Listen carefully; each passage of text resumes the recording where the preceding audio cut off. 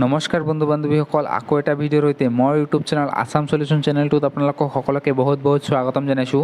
আৰু আজিৰ এই ভিডিঅ'টোত মই আপোনালোকক জনাম যে অসম চৰকাৰে যিটো নতুন শিক্ষানীতিৰ আধাৰত অৰ্থাৎ ৰাষ্ট্ৰীয় শিক্ষানীতিৰ আধাৰত যিটো অসমৰ শিক্ষা ব্যৱস্থা সেইটো সাল সলনি কৰি কেইবাটাও নতুন নীতি নিয়মেৰে শিক্ষা ব্যৱস্থা সলনি কৰিছে।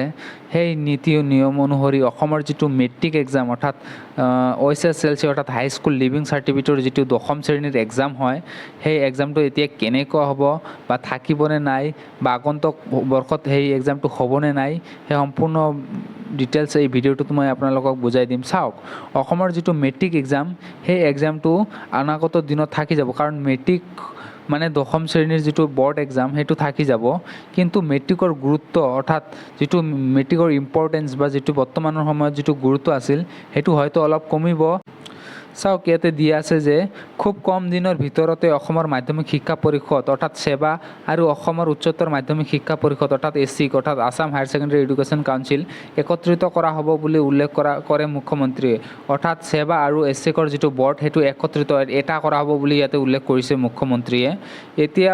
এতিয়াৰে পৰা কি দি আছে, এতিয়াৰে পৰা আৰু গুৰুত্ব নাথাকিব মেট্ৰিক পৰীক্ষাৰ অৰ্থাৎ এতিয়াৰে পৰা আৰু যিটো মেট্ৰিক এক্সাম এটাৰ গুৰুত্ব নাথাকিব। মেট্ৰিক পৰীক্ষা বুলিলে পূৰ্বৰে দৰে যি ধৰণৰ পৰিৱেশ আছিল সেয়া আৰু নাথাকিব। অৰ্থাৎ আগৰ যেনেকুৱা পৰিৱেশ, যিটো হুলস্থুলজ পৰিৱেশ আছিল, যিটো মেট্ৰিক বুলি এটা যেনেকুৱা পৰিৱেশ হৈছিল সেইটো আৰু নাথাকিব। ৰাষ্ট্ৰীয় শিক্ষানীতিত নেশ্যনেল এডুকেশ্যন পলিচিৰ গুৰুত্ব নাই 10ম শ্ৰেণী অৰ্থাৎ ৰাষ্ট্ৰীয় শিক্ষানীতিত অৰ্থাৎ ৰাষ্ট্ৰীয় স্তৰত যিটো মেট্ৰিক পৰীক্ষা অৰ্থাৎ 10ম শ্ৰেণীৰ যিটো মেট্ৰিক এক্সাম সেইটো গুৰুত্ব নাই, অৰ্থাৎ তাৰ কোনো ইম্পৰ্টেঞ্চ নিদিয়ে।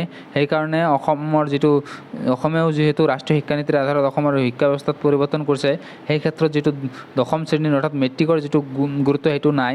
এই মন্তব্য কৰিছে ডক্টৰ হিমন্ত বিশ্ব শৰ্মাই, অৰ্থাৎ অসমৰ মুখ্যমন্ত্ৰীয়ে এই মন্তব্য কৰিছে কেইদিনমান আগতে। চ' আপোনালোকে ইয়াৰ পৰা বুজিব পাৰে যে অসমৰ গুৰুত্ব সেয়া এতিয়া কমি যাব, আৰু যিটো বৰ্ড ছেবা আৰু এছিক সেইটো একত্ৰিত কৰি এটা বৰ্ড হ'ব, আৰু যিটো অৰ্থাৎ যিটো লিভিং OSSLC সেইটো এতিয়া 12লৈ বৃদ্ধি কৰাব। অৰ্থাৎ ক্লাছ 12 যেতিয়া আপোনালোকে পাছ কৰিব তেতিয়াহে লিভিং চাৰ্টিফিকেট আপোনালোকে পাব। অৰ্থাৎ স্কুল লিভিং চাৰ্টিফিকেট এতিয়া 12ৰ পিছতহে পাব। অৰ্থাৎ 12 পাছ কৰাৰ লগে লগে আপোনালোকে স্কুল লিভিং চাৰ্টিফিকেট পাব। ক্লাছ 10, 11, 12 আপোনালোকে স্কুলতে পঢ়িব লাগিব। যেতিয়া আপোনালোকে ক্লাছ 12 পাছ কৰে তেতিয়াহে আপোনালোকক OSSLC অৰ্থাৎ হাইস্কুল লিভিং চাৰ্টিফিকেট আপোনালোকক প্ৰদান কৰিব, যিটো আগতে বা বৰ্তমান সময়ত ক্লাছ 10লৈকে দিছে। আগন্তুক বৰ্ষৰ পৰা এইটো ক্লাছ 12 পাছ কৰাৰ লগে লগেহে লিভিং চাৰ্টিফিকেট দিব।